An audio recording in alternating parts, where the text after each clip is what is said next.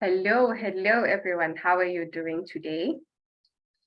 Thank you so much for joining us today. Good morning, good afternoon, good evening. Please put your comment in the chat where you're joining us from. I think we'll start. My name is Farzana Ibrahim. I'm a development practitioner based here in Nairobi. I'm also a Future Africa Fellow 2022 cohort.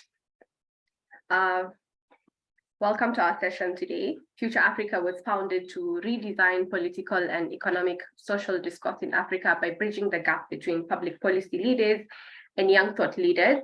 Future Africa believes in establishing and promoting a system that encourages and enables citizens to collaborate with governments and to achieve mutually defined goals. The model used here within the Future Africa is designed to enable young people, young Africans, to immerse themselves in extensive studies of African people, politics, and economies, as well as the various challenges and opportunities for advancement on the continent.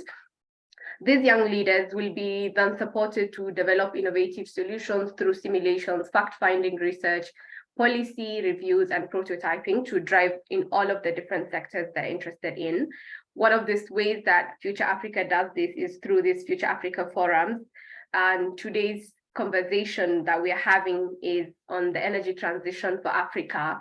So I welcome you all to the session, those who are interested in the energy space, who are learning about the energy space, or those who are in different sectors and want to see how the different sectors intersect and interact so that you can learn more. Today's session, we have Catherine with us. So just to give you a little bit of a background about energy transition conversation, when we say energy transition, we refer to this global shift from traditional use of fossil fuel energy base to cleaner sources and more sustainable alternatives such as wind, solar, hydro, geothermal power, and such. And in pursuing a more sustainable and a resilient future, global conversation surrounding energy transition has taken center stage like never before. We've just had the Africa Energy Forum hosted in Nairobi a couple of weeks ago, and we have another session coming up. So this shift towards cleaner energy and renewable energy sources has become a paramount, and it's been driven by the urgent need to combat climate change, to reduce green gas emissions, and to ensure that we have energy security for our future generations. This conversation transcends borders and bringing together policymakers, people in different industries, academics, and advocates from all corners of the globe to chart a new path for greener and more sustainable energy landscape. Africa in itself has become a beacon of promise and opportunity for this global transition discourse, rich in renewable energy potential, as you know, but at the same time, Africa grapples with energy access disparities. And we play a pivotal role right now in shaping the energy transition trajectory, collaborating as African nations to share knowledge, foster collaboration, address these unique challenges, and transition from Africa to a global conversation as Africa as a catalyst for transformative change. And to have this conversation today, we are joined by Catherine Irura, an esteemed professional with extensive experience working with policymakers and advocating for improved energy approaches and systems across the African continent. Catherine is a managing director for SOWITEC. SOWITEC is an international renewable energy company which specializes in developing, building, and operating renewable energy projects with particular focus on wind and solar. As managing director at SOWITEC, Catherine plays a crucial role in overseeing the company's operations and driving growth for its renewable energy projects in the region and focusing on gigawatt scale projects in Kenya, Zambia, and Zimbabwe to contribute to sustainable growth of continent's energy sector. Catherine also leads the development of green hydrogen products to accelerate the green energy transition. Catherine has had a remarkable journey of a decade and has experience in various sectors as project manager and compliance before she assumed this current role. And she has successfully accomplished in securing 2 wind sites and 3 solar PV sites in Kenya between 2018 and 2020. Catherine is a lawyer by training from her undergraduate at University of Nairobi. She also holds a master's degree from the prestigious University of Freiburg in Germany. MSc in Environmental Governance, and she is an advocate of the High Court. Beyond her professional endeavors, Catherine has also been very committed to seeing positive change through her involvement in Electricity Sector Association of Kenya, where she is a secretary, as well as collaborating and through Kenya Private Sector Alliance, KEPSA, serving on the Green Hydrogen Sector Board, which is bringing together private sector players to work together with policymakers to create an enabling environment for green hydrogen investments. This reflects on her dedication to uniting stakeholders and addressing the energy sector challenges and being a catalyst for progress. Her vast experience will be an invaluable source for us today as young people, as we listen to her share her experience and her insights on what energy transformation means for Africa, her profound knowledge. And I hope the young minds here today are going to learn and be inspired to embrace innovative solutions and actively participate in shaping a greener and more sustainable future for Africa. Over to you, Catherine.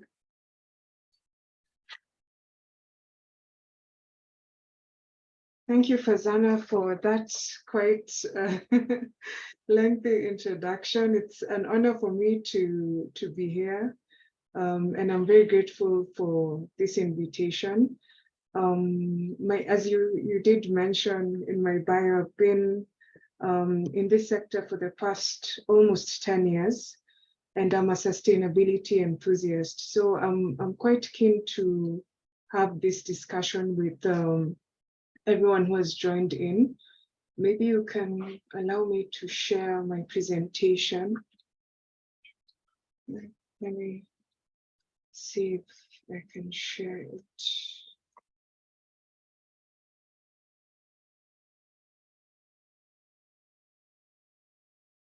You can see my screen? It's coming up. Yes, we can see your screen. It shows on slideshow mode, right? Yes. Oh, okay, awesome. Perfect. Yeah, so we'll be speaking on the energy transition for Africa and what it means. Where are we as a continent?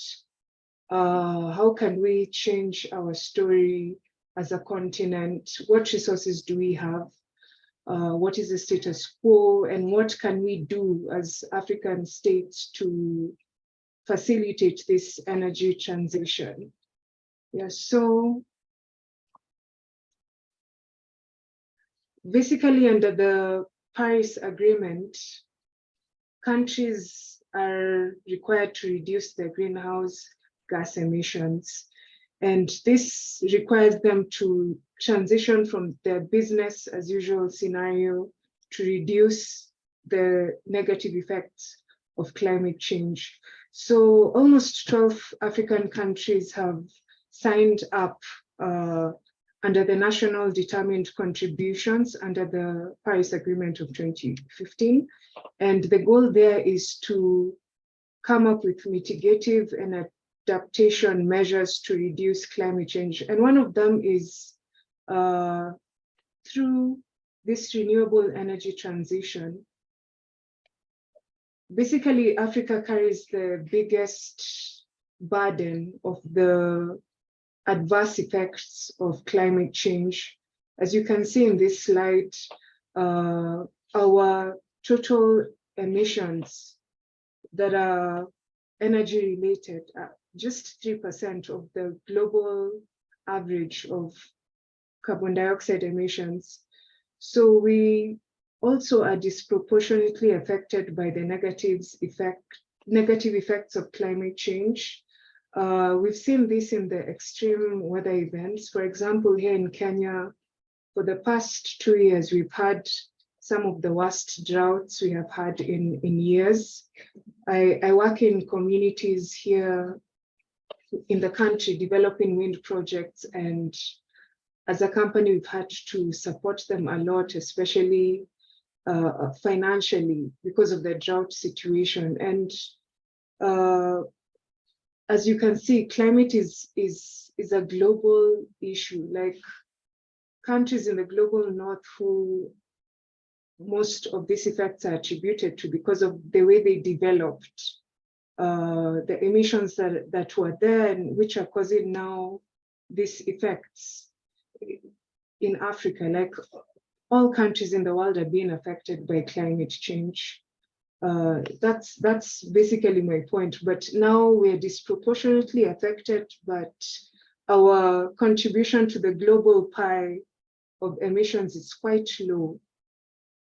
But maybe if I move to the next slide, what does this mean for us? Of course, in the current climate change discussions, all countries are being asked to commit to reducing the global average to 1.5 degrees Celsius. Sorry, Catherine. Yes? Change slides. It's not moving. Oh, okay. Okay. It's still showing the cover slide at the moment. Oh, okay. Just a second. Just give me a second to fix. Okay. Sorry.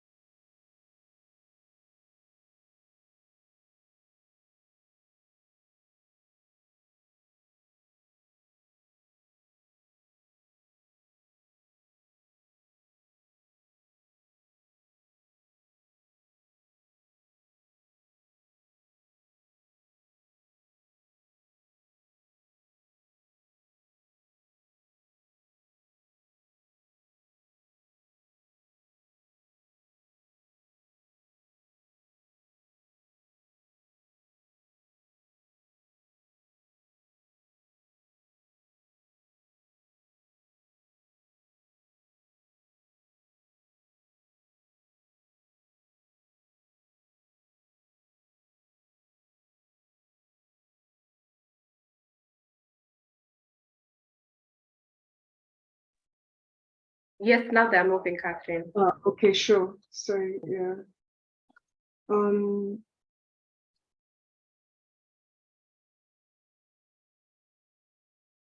Okay, I highlighted that the ultimate goal is to reduce greenhouse gas emissions, and it's a global goal. All countries in the world are party, most countries in the world are party to the UNFCCC, which is the UN Framework Convention on Climate Change. And under that convention, there's this Paris Agreement where countries are making commitments, which we are calling nationally determined contributions, to reduce their greenhouse gas emissions, particularly CO2 emissions. So I was explaining that Africa, in terms of the emissions pie, we have the lowest emissions, you would say, out of the global collective. And if you look at our solar and wind potential, the map you see on your left is our wind potential in Africa collectively. You can see in the northern parts of Africa have very good wind speeds. In Kenya, you can see here where Turkana is. We have one of our biggest wind farms there, which is, I mean, it's around 200 megawatt. We also have, if you look at Somalia, for example, it has also very, very good solar resources. I remember when we were prospecting on where to set up projects in Africa, when my company was entering Africa, we saw there are areas there that had very good solar resources. But as an investor, when you think about which market to enter into, there are certain criteria you look at, like political stability. Do you have a stable legal policy regulatory framework? Security? Are you able to ship goods, for example, equipment, renewable energy equipment into the country? What is your capacity, grid capacity like? Do you have demand for electricity, or is your country able to trade this electricity with the neighbors? Those are some of the factors you look at when you're entering a new market. But basically, this map shows you that Africa has untapped renewable potential. Like our hydropower, for example, that's not tapped is 350 gigawatt. Our wind resources are also quite good, and we have very good solar resources. However, the challenge is, despite us having such resources, we are not able to meet our electricity needs. Like, for example, 39% of our populations only 39% of our population has access to electricity. I think in Africa, Ethiopia, Kenya, Nigeria are leading in terms of electricity access. But if you look at countries in the global north, they have much higher electricity access rates. We also have, you saw in the previous slide, I talked about this gigawatt scale capacity that's not untapped. We only have 147 gigawatt installed generation capacity. So basically, I know this may sound controversial, but we do have,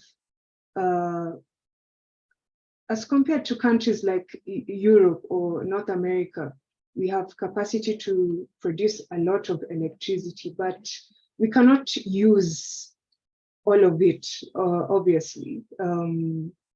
So what pathways are there for us as a continent to use this electricity? We can use it to expand our industrial production. Usually, if you look at even the idea around this Africa continental trade area, we export almost 70% of our exports are in raw form.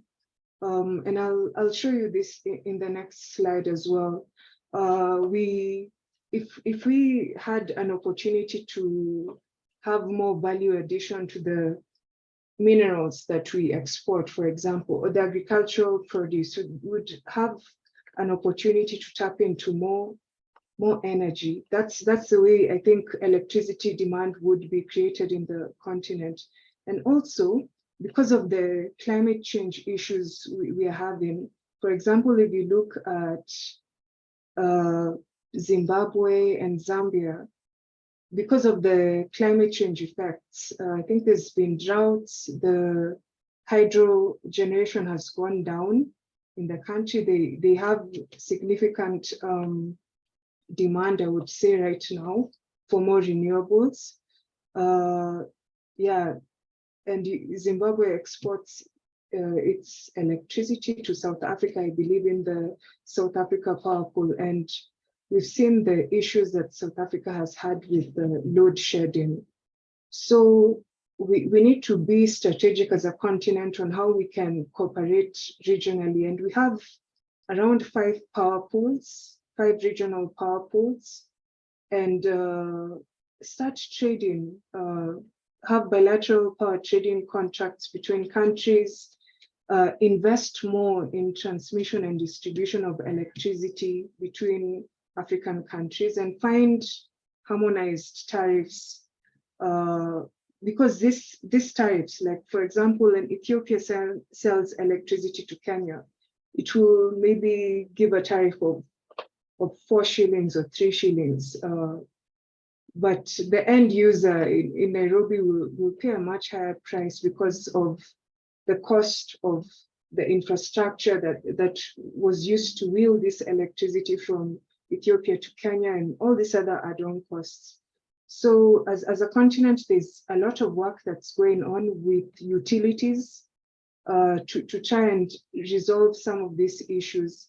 And the energy trilemma is this figure that's shown on your left. Like as nation states, in Africa, we can't think about energy only as a tradable commodity between states. You have to think about domestically as a country. Can I ensure affordable and accessible electricity within my country? How many people require this last mile connectivity efforts? Where the grid is weak, can I invest in, I don't know, mini grids or microgrids? Get investors in those areas so that those people can also access electricity. And energy equity is also about that. Someone living in a very remote area cannot afford to pay the tariff that someone like me who lives in Nairobi pays. So having the same good accessible to all, basically. And the environmental sustainability is now about what we're talking about, having more renewable sources accessible in the country, prioritizing more renewable energy generation so as to meet your energy needs. I guess the case for Kenya is quite easy. Our grid is almost 90% green. But for other countries, if, for example, you have very good renewable energy resources, as we saw in the map before, how can you incentivize more investment in renewable energy generation? So this slide shows the biggest manufacturers of renewable energy equipment. Yeah, this is also going to be a bit controversial, but as you can see in this infographic on the right, most of wind and solar equipment is manufactured in China. Actually, China has the cheapest, has the best prices for solar modules, solar equipment, I would say. Europe for solar also, but it's more expensive. But basically, most of this equipment, for example, is manufactured in the West, but the raw materials, and I'll move to this other slide on our left shortly, but most of the materials that are used to manufacture this equipment, some of them come from our continent and they're exported in raw form. The reason why China stands out is because they're able to process and manufacture the end product. They have and they also have a very big grid. I think China has the largest installed capacity for solar in the world. And when you look at this slide on our left, this slide talks about green hydrogen for the EU. Okay, basically, right now the world is trying to transition from hydrogen sources from natural gas to what is called green hydrogen. Green hydrogen is produced when water is electrolyzed, and hydrogen is like the end product. And this hydrogen is a base for many chemicals like ammonia, methanol, and many fuels, even green fertilizer. So it's a base for most of the materials that are used in manufacturing. So if you look at this slide, this picture on our left, Africa, maybe South Africa, Zimbabwe is mentioned here. There's also, I think, DRC. Some of the rare materials that are used in manufacturing electrolyzers come from Africa, and they're platinum, I think, and iridium. So they're exported, and then I think China and Russia have very good capacity in production the electrolyzers as well. I think the States is also catching up. But the idea here is why isn't this pie remaining in Africa? Why should Africa or African countries be places where assembly is done for some components, but the raw materials are being shipped, to other countries for manufacturing? We should position ourselves as manufacturers, I would say, and that would take a lot. I would say, like, if you look at currently in the continent, there are almost 5 active conflicts.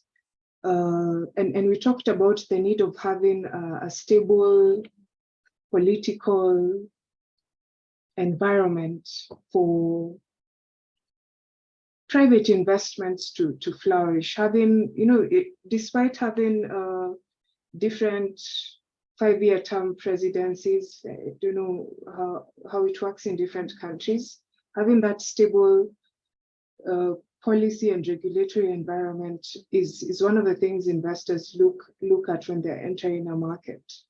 And when you ask some of these manufacturers, why wouldn't you set up an electrolyzer manufacturing facility in Kenya? They'll tell you about the ease of doing business on paper, but on the ground, it will cost me much less to produce this item in China or in Germany than doing it where, like in South Africa, or where the equipment, the raw or rare material is sourced.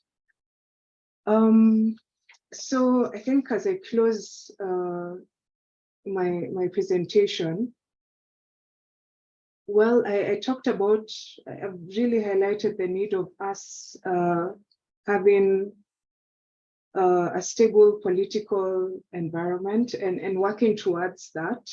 I also talked about the need for us to, build around this idea of a single market also, that the AU is trying with the Africa Free Continental Trade Area Agreement.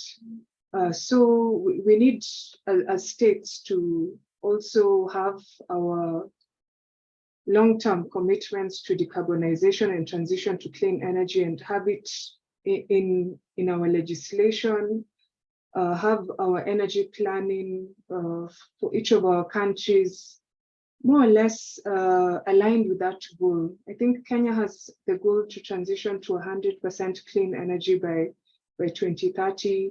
And if you are already 90% green, it means then, like, we're not doing badly, but other countries in the continent are working towards each of the renewable energy goals in their nationally determined contributions.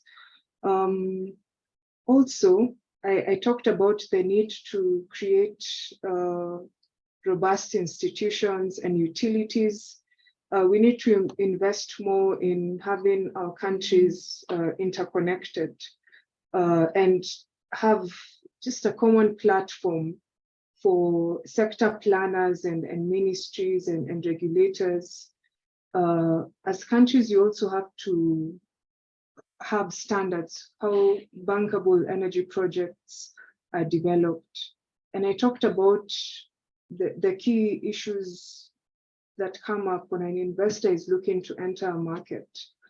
So the government itself can set up programs for renewable energy procurement, set benchmark tariffs for wind, solar, geothermal, whatever clean energy resource is being harnessed to produce electricity. Yeah, so apart from that, we need to move from being just raw material exporter to finished product. And in Kenya, for example, I think Kenya, Namibia, we've embarked, Kenya, Namibia, Tunisia, even South Africa. We've tried to look at how we can use green hydrogen as a demand creation opportunity for renewable electricity.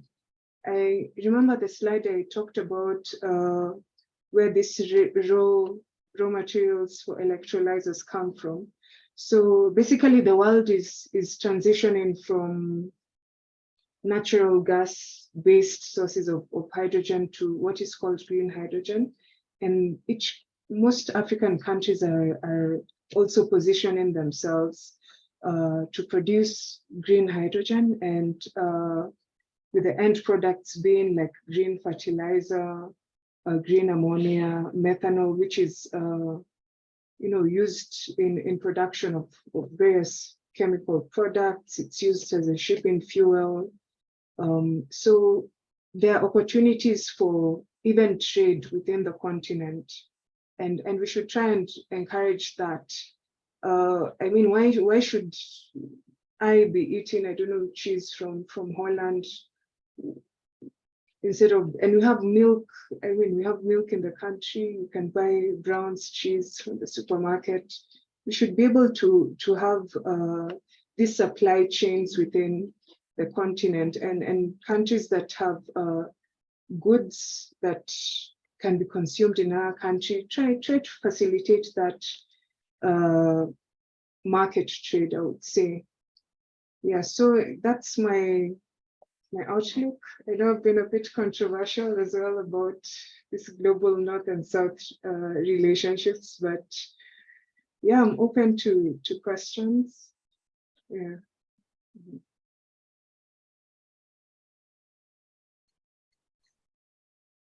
Thank you so much, Catherine. I think I can say learn more about energy transition. You've done such a wonderful presentation and summarized the context for us in Africa. Just a few questions that come to mind listening to your conversation.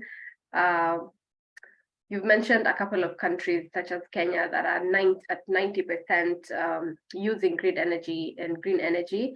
What would you say are some of other successful example of countries within the region and Africa as well? And what lessons can other countries learn from them in transitioning?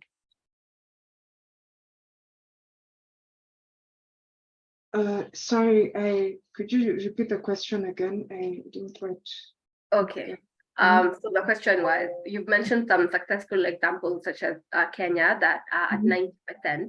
What has Kenya done better that other African countries can learn from? And what other successful projects have happened in other African countries as well that you've worked with through your journey? Okay, I would say the foundation of any successful deployment of renewable energy at scale would be having a stable political environment. I don't know if we're stable as a country right now. We've been seeing a lot in the news about maandamano, if you're from Kenya, but that really does help because it encourages more private investment.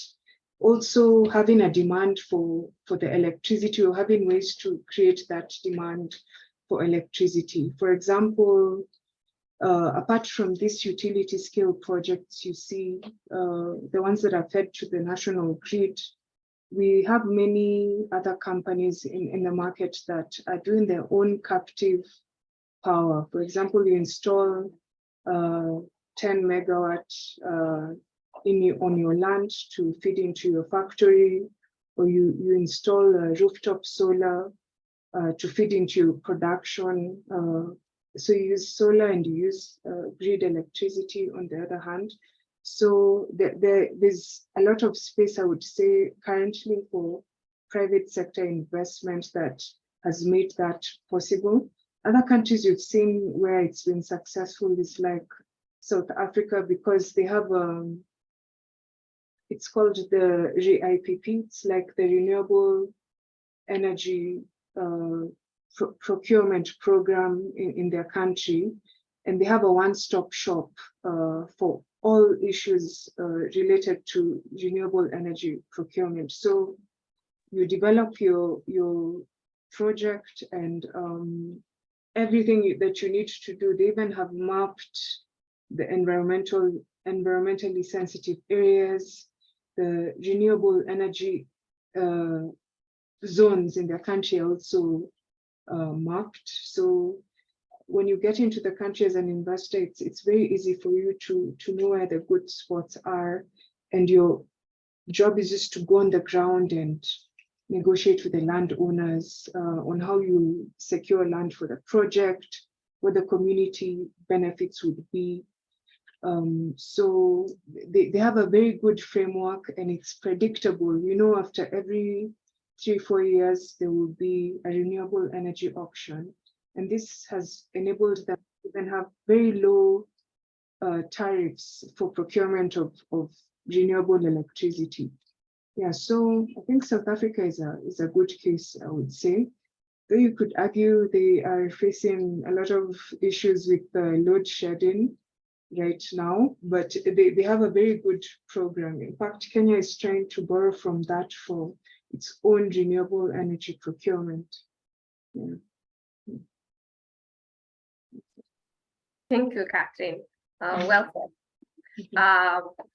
I think one of the things that comes to mind when we hear moving away from traditional methods to a more sustainable, cleaner energy would be, what do we do to our factories and industries that are currently running on this fossil fuel energies and using, for example, say a country like Nigeria that heavily relies on oil as a source of revenue. What are we saying, while at the same time we want Africa to develop and catch up with the rest of the world? I would look at it as a transition, we're not saying abolish all use of fossil fuels. Of course, that's not possible. As a country, you have to be a bit more strategic on how you plan your energy transition. And I believe Nigeria has done that. They have a renewable energy action plan where they look at how they will increasingly, phase out the use of fossil fuels. I wouldn't say it's more of a longer term strategy, I would say, for some countries than short term. And also you need to look at where the world is going with the fossil fuel procurement. Of course, the goal is to reduce, like drastically reduce use of fossil fuels, but I don't think I'm not saying it's impossible, but it's more of a long-term goal. But as a country, strategically, if you know that the demand for fossil fuels is decreasing, then you start thinking about, so where the new demand creation opportunities. And yeah, renewable energy is one of them. And actually Nigeria is trying to look at how they can ramp up wind power production, how they can facilitate more renewables instead of relying on diesel generation for, as a primary energy supplier. Diesel generation, I would say, is more of a backup solution than like it being a primary generation source for energy. If you look at the energy mix of most countries, or what you'd call the merit order for renewable for energy in a country, it would be mostly the primary supply would be renewables. If they're there, they would be first in the merit order: wind, PV, geothermal. I'm talking mostly about Kenya. And then you would have diesel powered stations or gas powered stations also playing a role in backup supply. yeah, so this is how the energy mix of in most countries looks like. Of course, the world is trying to move towards less diesel and coal generated, even nuclear generated electricity. But the reality is, in most countries, you need some baseload electricity. Kenya, we have geothermal power, I would say, as our baseload, so we don't really struggle. But as you can see, hydropower is getting affected by these extreme weather events you're having, like drought. It's affecting reliability of hydropower generation and supply. So there's also a push to repurpose current. In Kenya, for example, if you have a diesel powered station, they're trying to look at how they can transition to cleaner fuels in the future. And for example, blending of this diesel with methanol or other fuels to make them more efficient and reduce use of the diesel itself, or transitioning to clean fuels altogether. If there are power stations that can run on green ammonia or methanol as a fuel. So even the power plants that are being phased out in the country are also looking to transition to cleaner fuels. Yeah, I have much to say, I guess. Yeah. Thank you, Catherine. We're not telling countries to shut down. We're just telling them transition sustainably.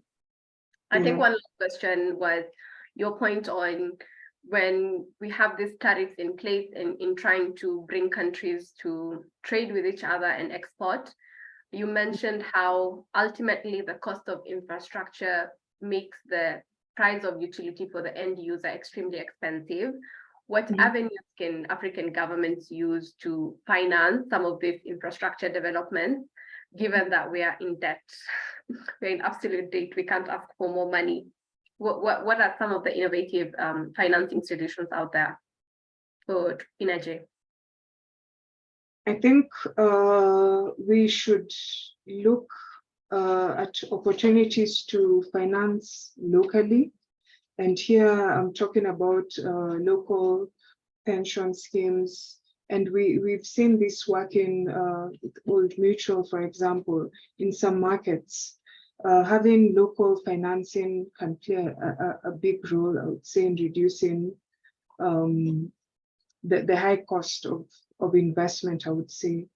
Also, I think the World Bank has been extending green financing facilities, and other banks like the European Investment Bank giving loans, I would say, in terms of project finance for renewable energy projects or grants to de-risk energy projects.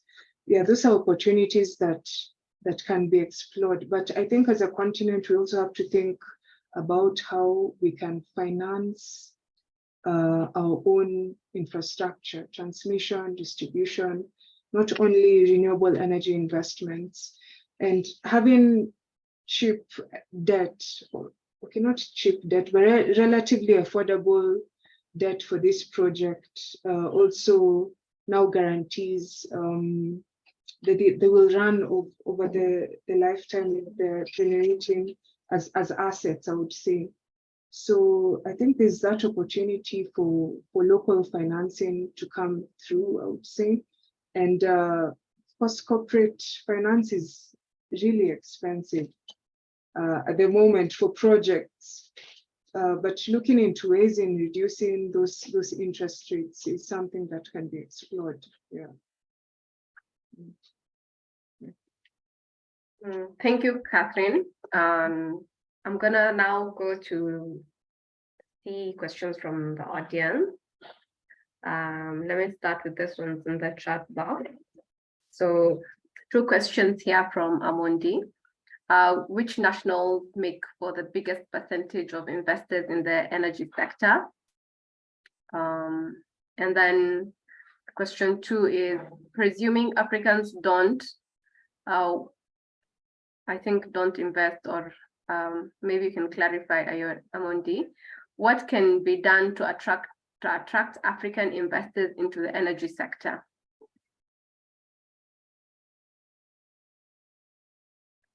Amondi, if you're on the call, maybe you can unmute and ask the question.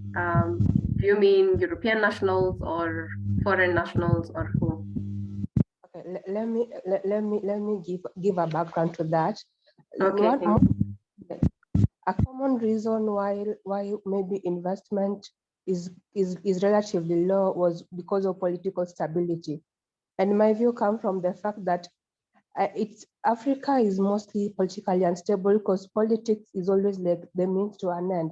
It's like it's how to get maybe a quick way to reach it. So everyone will do anything to cling onto politics.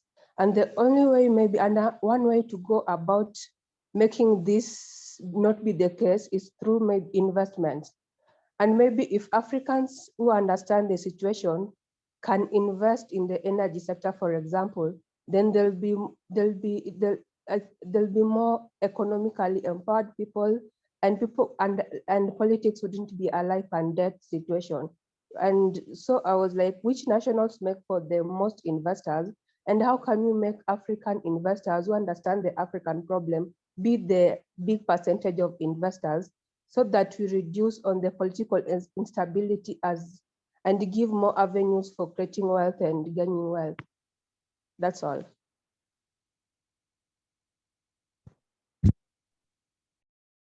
Yeah, thanks, Amondi, for that question. I would say from my experience looking at Europe, I would say that in Sweden, for example, there are platforms where you see the way you can invest in the money market, for example, have a money market fund, or the way you'd plan your own personal investments. You'd get a policy from Old Mutual for 25 years. In Sweden, there you can actually, they have funds where you can take part of your savings and decide, I'll be contributing money into this fund as an investor, and it has a rate of return that's guaranteed at 8-10% per annum. And I know it's going to fund renewable energy projects in Africa. Like, there are opportunities such as that even for a private citizen. Even in Germany, it is possible. In fact, in those markets, you can also decide, I can only buy my electricity from a renewable energy company, and I'll be paying my bill to this company. Yeah, so there's opportunities to invest also in listed companies. Yeah, they have individual shareholders. I think in Italy, in Germany as well, and Sweden, as far as I know. In Kenya, I've only seen maybe KPLC, Kenya Power, which is our national, I would say, distributor of electricity. And there are very few projects where you have individual equity investors. But we're trying to change this narrative.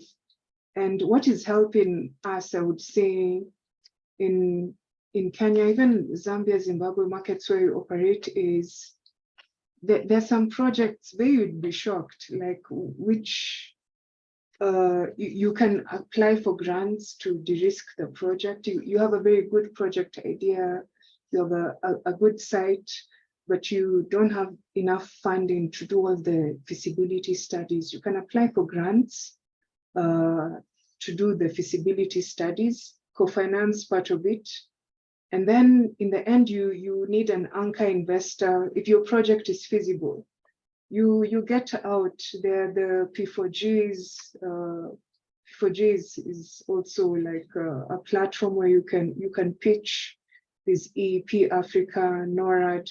There are all these grant organizations which are available, and if your project is feasible, they can even take an equity stake in your project. Yeah, that's where I think we are moving as a continent. And there's some wind projects in Kenya actually, which say 20% owned by a local project developer. They sold the rest of their shareholding to big investors. There's one wind project I know though. Yeah, so we want to go there. These projects though are really expensive. Just one study can cost you around 80,000 euro. To get a high quality study that a lender can look at and say, based on this, I believe that your business model can work. Your market study is ironclad. Yeah, so also one of the ways we could improve is getting more local experts doing these studies, not building our in-house expertise in the continent in doing these very high specialist studies, like birds and bat studies for wind projects are crazy expensive. They're really expensive. So we have so many experienced ornithologists in the country.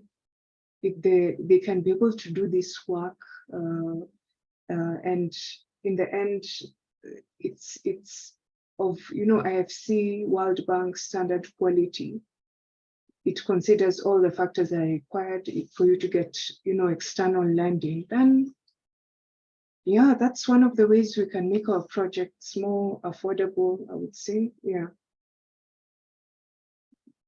Yeah, so these are my ideas, at least from my experience in the sector, to see how we can make project development less costly and keep more of the cake, I would say, in terms of equity. Yeah. Okay. Thank you, Catherine, and thank you, Amonde, for that question. I'll invite Ezra and Perez in that order to ask your question. Okay. Thank you. Ezra, then you can go ahead. Thank you. Thank you, Catherine. That was really informative and edifying as a presentation. And well, I have to say, I'm not really very well versed with energy sector that much. I'm an economist, but on the other side, I'm also a farmer. So when I heard you say you've got to get cheese from Holland, when I have cows back in Kenya, I felt a little bit hurt. And that really makes me ask some questions here. So I have 3 questions, but some of the questions that I really ask myself, but I've never found someone from Kenya who I can ask and really get good response from. And the first would be, what is your take on independent power producers in Kenya and that trade-off that has to happen between the cost of power production that they have to do and the cost of living that the people have got to grapple with because of the extensive, let's say, level of poor governance or policy formulation around the agreements and the long-term agreements that are super expensive.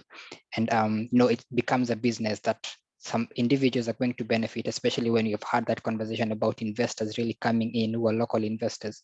They tend to really benefit, but the local person who is in the country doesn't benefit at all, ends up getting hurt. That would be the first question. The second question is, I have been involved previously when I was working in government in the land acquisition process for the Turkana wind power project. And then secondly is the Meru wind power project, which probably has really stalled. These are renewable energy projects in Kenya, which are quite big in terms of capacity. The Turkana one to start with caught my mind in that the local community, which one, for lack of a better way to term it, is they're not like the best learned, the best educated community. But in terms of engagement, there's literally no engagement that would really have them explain what renewable energy is or what the benefits of this energy is going to be to them or to their country in essence. So what do you think is the contribution that needs to be done by government, by these investors in terms of public participation and sensitization around what exactly is renewable energy? How is it going to benefit us? How is it going to be for you? Because you're taking their land, it's community land, they're grazers, they're just grazing. And most of the places where these projects have got to happen, because they're land demand projects, they really need large vasts of land. Where these projects are going to be put up, what is the trade-off that they've got to make from, we're giving you our land, we can't graze anymore, you're going to produce energy that we're saying it's cleaner, is better for us, but the same people you're producing energy on their land don't have electricity.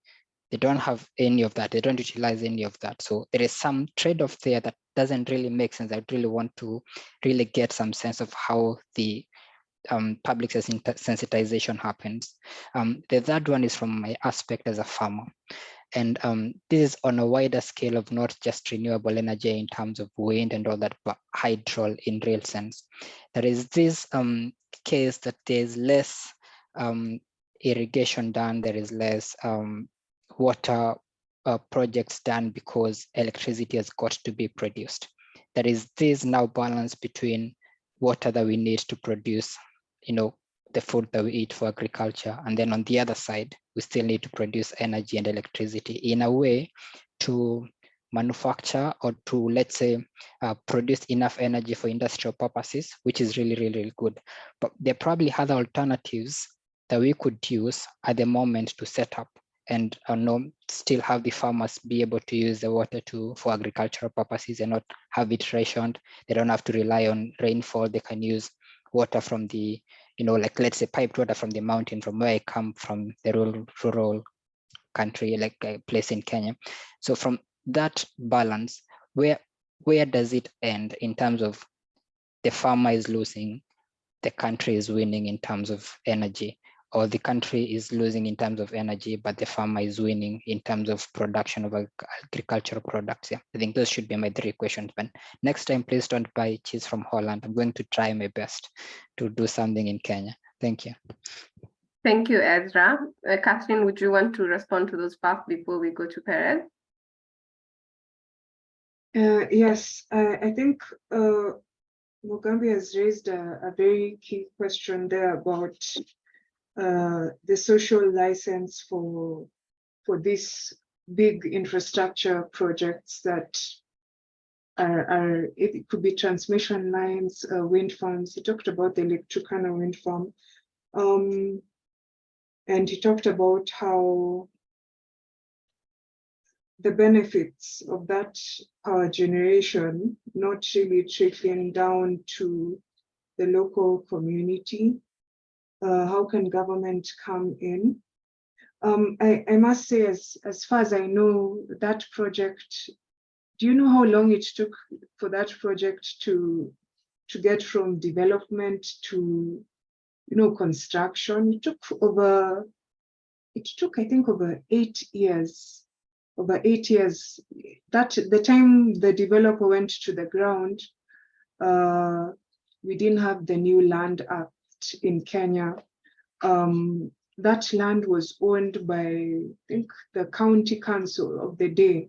Land procurement that time was very different from what it is right now.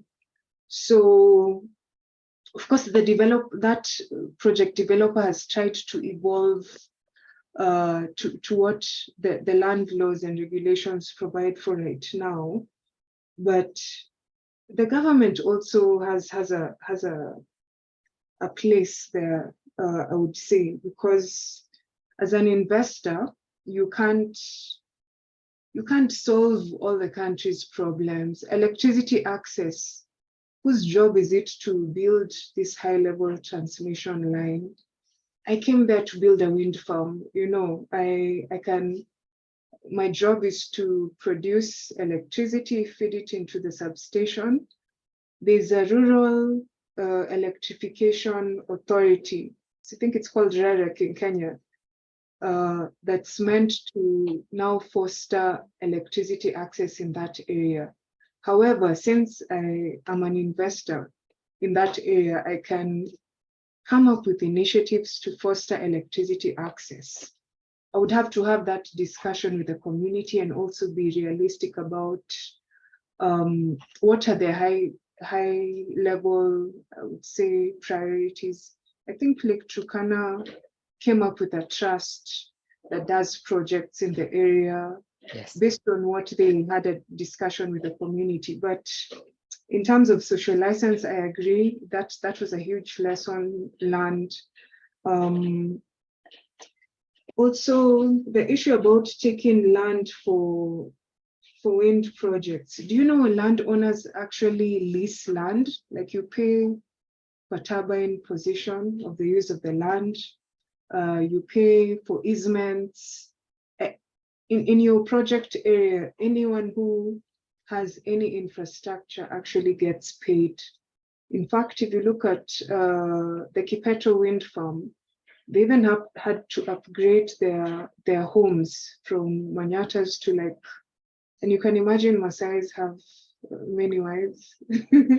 Yeah, so like it's included in the cost of the budget, I would say. And for wind projects, you don't take the entire land, you only take the area where there's infrastructure. So their animals can still graze. Maybe wind farms are really fenced. Solar farms are the ones now, honestly, they take up, because the panels need to fit into the entire acreage of the land, excluding areas where there are roads or transmission lines.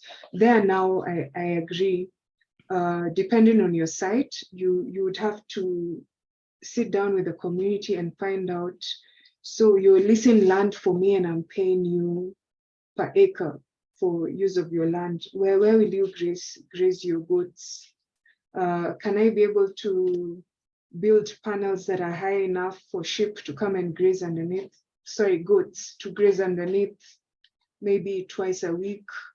Or can we offset that by, I don't know, having grazing land somewhere else that won't conflict with other landowners in a different area? So you have to think about it at a project level. In terms of IPPs, I would say the narrative in the country currently is a bit, I would say, disproportionate, because if you look at the consumer tariff, the highest percentage of the power bill is not the energy generation costs from IPPs. Wind PV, I would say even geothermal tariffs, when you generate, I would say the range would be between 4 shillings and 8 shillings. The tariffs for Lake Turkana wind power were under special tariff regime, the feed-in tariff, which the government put in place to encourage more renewable energy generation. So there we had tariffs of 11 shillings and 12 shillings, I would say. That's 11 US cents and 12 US cents, I would say. So that's what it costs you to produce the electricity. Now when the power goes, you've transmitted, you've sent it to the substation. Now when KPLC gets that electricity and is distributing it, there are add-on costs. There's the forex aspect, there's the fuel charge, there are taxes. These are the ones which constitute almost 60% of the power bill for consumers. And that's why if you saw last week, even the religious, I think it was the Islamic Religious Council that was telling government, why don't you look at all these additional add-on costs that are making the cost of electricity high? There's a new water resource, Warma levy, Water Resources Management Authority levy. All these add-on costs are the ones that make the electricity expensive. And also KPLC loses almost 23% of its generation through transmission losses. how can we be more efficient? How can they be more efficient in that?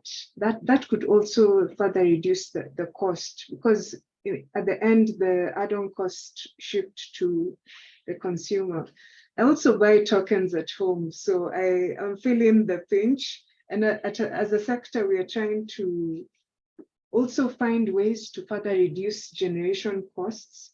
There's this renewable energy auction policy that was enacted, and when we have auctions, we'll be able to compete, the best projects to the best sites, and compete also on cost. So that way the power generation costs could even come lower. The government even reduced the tariffs, the benchmark tariffs for renewable auctions significantly for renewables. So there's a concerted effort to reduce the cost of electricity. I wouldn't squarely blame it on the IPPs. I would also look at KPLC's efficiency and how can they make it more affordable, so that we also fix that energy trilemma, having more equity. And one of the things that I know I could say a lot about it, the government has created this integrated national energy plan, and they're looking at ways where people in northern part of Kenya, this really remote areas where the weak is grid, how can they access electricity, and how could there be more, microgrids, mini grids there, productive use of electricity, like if you can have solar panels to power your lighting needs at home, and have it accessible and affordable for you as compared to someone here in the city who can afford to pay a bit higher on their tariff than someone in the rural areas who can't afford to pay, the current token prices you are paying. So there are plans around that as well. They're out, this INEP, the one I referred to, the integrated energy plan for the country, is out for public participation. Yeah. Okay. Yeah, so that, I hope I've answered your question, Gambi. Thank you, Catherine. I think Perez had a hand up. Please keep it short. Okay. Not you, Yes, to Perez, sorry. Yes. Can you hear me? Yes, we can hear you. Go ahead. Yes. Thank you so much, Miss Catherine, and you, the host. I mean, this is really good. I just like the discussion on the topic of energy, and good enough. Most of the questions or maybe inquiries I had already pointed out by Ezra, so I'm good to go. But I just wanted to maybe add on and say the energy transition in Africa is really incredibly, maybe simply because we are just developing. But I want to note that there are so many forms of energy that are being talked about across Africa. Here in Uganda, I'm actually from Uganda, you realize that there's a lot of solar energy in most of the local communities, because maybe that is more affordable for them. And of course, as a country, there's no national plan to probably have a national probably solar kind of generation plan, but at individual level, people are just buying panels and all that. The small plans that are there, maybe in irrigation schemes that are probably set up by some of the government agencies. But I just want to say it is really interesting. I didn't hear something noted by our president about nuclear energy. It is also something that is picking on. I needed to point that out and say, I've seen this discussion hitting on. And also Kenya, I want to say I've seen Kenya also in these talks. And recently, I think I was having a discussion with some of the colleagues in Kenya, and I think it is also something that is of interest. And when you look at Africa, and we are noticing more countries picking on. Here in Uganda, we already have a department under the Ministry of Energy, Nuclear Energy Department, and they're actually looking at surveying and looking at how to sensitize people. I just want to say, I think when you look at the energy transition, it's so diverse. But of course, maybe what I would want her to comment on is something to do with us talking to each other, intracontinental interact actually as Africans, different countries in Africa. When we look at South Africa, it's now a model. So I want her maybe to comment about us talking to each other as Africa, so that we help our energy crisis, or maybe come up with some of these solutions that we could actually learn from the other, share notes, just like I had that talk about Kenya getting something from South Africa.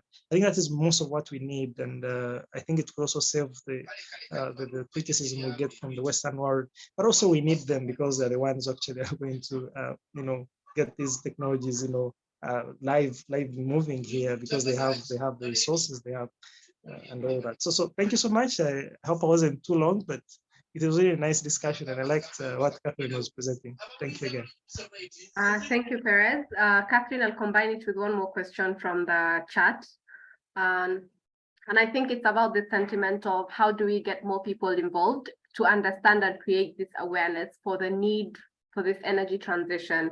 So the question is from Litumba, asking what's your take on the Namibia hydrogen energy? How will we benefit from green ammonia produced from this project if it happens?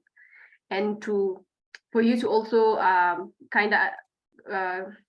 comment on what's the role of young people that are interested in this space, and how we can bring more people on board to creating this awareness within our countries, our communities, and our continent on the need for energy transition. Okay, I think I'll start with Litumba's question.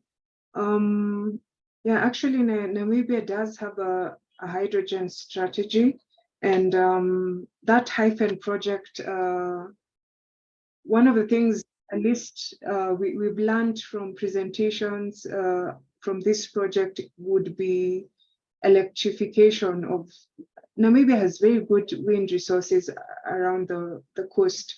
I remember my company at some point was prospecting also there, but they have such a small grid, and the demand for electricity is low.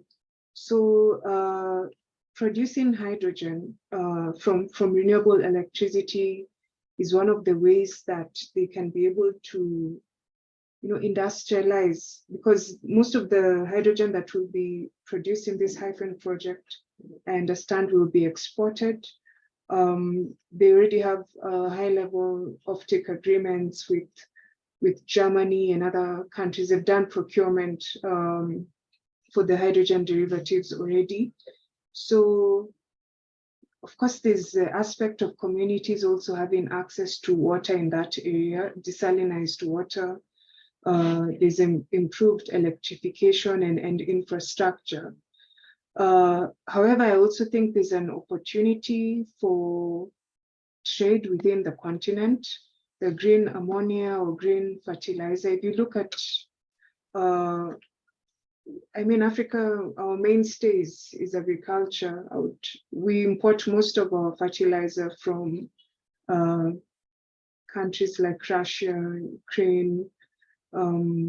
So there's also, I think, a regional demand for this green hydrogen derivatives.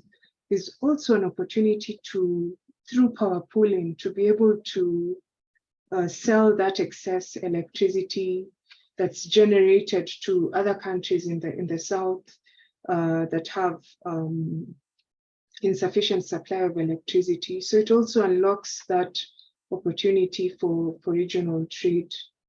And one of the things I also learned from Namibia, particularly their strategy, is that they have this shared infrastructure framework where you, as developers, you can decide to use the same transmission lines if you're generating wind for hydrogen production. There's a huge, I think, pipeline infrastructure, storage. There'll be a port. They really thought through how the project will be rolled out, and it will have opportunities for infrastructure development, jobs, new skills, and that I think is also a plus. So how can we leverage on this as youth? especially with this green hydrogen economy out and this push towards net zero and having more renewable energy investments, in whatever profession you are in, there's always an opportunity to upskill and learn more about this sector. There are short courses that you can do online to learn about green hydrogen, do trainings on renewable energy. I, like myself, I'm a lawyer by training. Yeah, and I've worked in this sector for 7 years. I never thought I would be in the energy sector. I was more into environmental governance, conservation, wildlife law, but my career brought me here and I had to step up and learn more, get more technical skills. Yeah, and even as in your own personal evolution as a career professional individual, learning is always ongoing. You're always learning a new skill, could be a soft skill. For example, how to communicate with investors, how to pitch. All these things add up in your own professional journey. So I would encourage all of you to look out either for leadership courses, whatever piques your interest, and start reading more about it. If you see the World Bank has released some report on, I don't know, renewable energy or scaling down and phasing up, you know, check it out and learn more about what the Africa Union is doing. Like a month from now, we'll have the Africa Climate Summit in Kenya. COP28 will be happening in Dubai in December. Yeah, plug in and know what's Africa's position on these key issues. What's our position on having a just energy transition? What is the planning? And in your own workspace, see how you can contribute, write, go for meetings, meet with people and give your views. And that's how you develop an interest, and you also evolve as a career professional. You have to, in Kiswahili we say kujituma. You send yourself, you go forth and put yourself in those spaces where you can join in the conversation, be able to influence policy. These public participation meetings on a new energy regulation, go. You don't even have to know the deep, you know, technical background behind it. You learn it when you're there. Yeah, they'll tell you, yeah, this is what the aim of this regulation is. Then you listen to the conversations there and also read and learn why are people taking different positions on this. Yeah, so I would encourage you to constantly seek learning, growth, and upskilling in your own professional journeys. I don't know if I addressed the question from Perez. He was talking about inter-African trade, right? How can we have conversations around trade and electricity trade, if I'm not wrong? I think currently there have been discussions on how to link our East Africa power pool with the South Africa power pool. There's some infrastructure developments that are required. I think the AFDB is even aware of this, and there's a plan to build them. It's the resources that are not available yet for that. So those conversations are there, just moving to action and implementation. And also, I think one of the key levers, or I would say we have as a continent is, as I said, agriculture is our mainstay. If we're able to trade, add value, trade within ourselves, we have a big youthful economy. If you're looking to set up industries to produce particular goods. Could be this green fertilizer that I'm talking about, methanol. We should work at growing, I would say, our own economic growth as countries, because when you grow, the more youth are employed, you can be able to widen the middle class bracket. More people can have purchasing power, which contributes to, you pay more tax and contribute to national growth. This is a way I think we should think as a continent going forward. The trade in that sort of industrial growth within countries, more jobs being created, and having more opportunities for people to be employed or even to be entrepreneurs. I would want to, be able to buy Mugambi's cheese from the supermarket and not have to buy, Daima or another brand. This common place, those markets should open up for other players to be able to also compete. Yeah, that would be my response. Thank you, Catherine.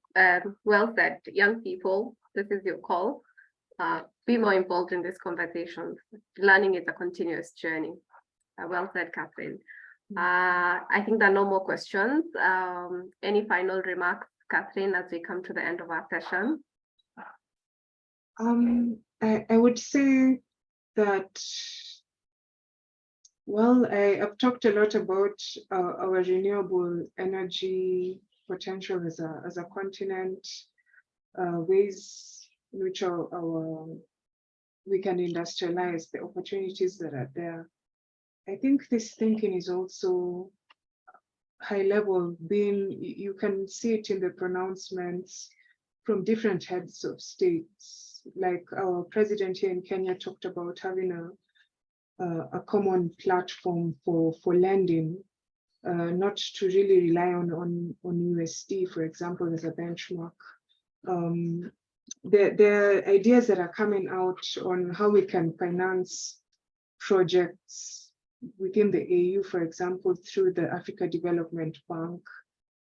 So I think this thinking and consciousness is growing, that and you can see even I talked about the Africa Continental Trade Agreement. Countries are looking at how can we even how can we de-risk power investment so that we can be able to increase electricity demand and supply within the continent.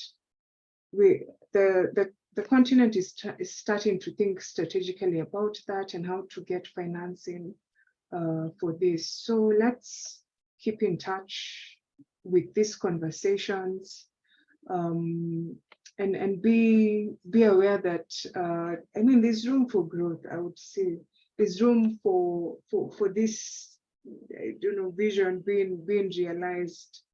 And I showed you the slide about Africa being an importer of raw materials. Yeah, as a continent, we are actually thinking within the AU. There are these very high-level ministerial forums that have been had in the past months. One was during the Africa Energy Forum, and just 2 weeks ago, how we can be able to leverage on this inter-Africa trade, remove barriers, be able to trade, remove the barriers to trade between African countries. So let's keep in touch with these conversations, see how we can fit in, different career pathways, whether you're an economist or a lawyer, whatever field you're in. And I would say electricity access is primarily also about the people. We are complaining about very high tariffs in Kenya, for example, and 39% electricity access. So the vision is also how do we get it to 100% access to electricity, given we have very good resources. Yeah, so those are my several parting shots. And I'm very grateful to have been hosted today by Future Africa. Really, I'm grateful for the opportunity. Yeah. Thank you so much, Catherine. Thank you for sharing your deep expertise in this sector. Thank you to all participants and those who asked questions, and to Future Africa Forum for having such conversations. It's one of those platforms that we are referring to. How do we learn more? How do we engage more with this conversation? Thank you for spending your Saturday morning or afternoon with us. Yes, I'll hand over to Nteranya now.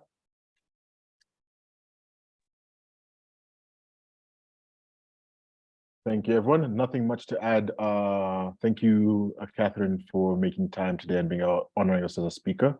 Thank you, Farzana, for moderating. We hope as part of the community, you continue to join us in Future Africa forums and other engagements.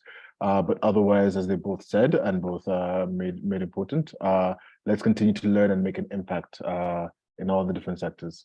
Have a good rest of your weekend and let's stay in touch. Take care, everyone.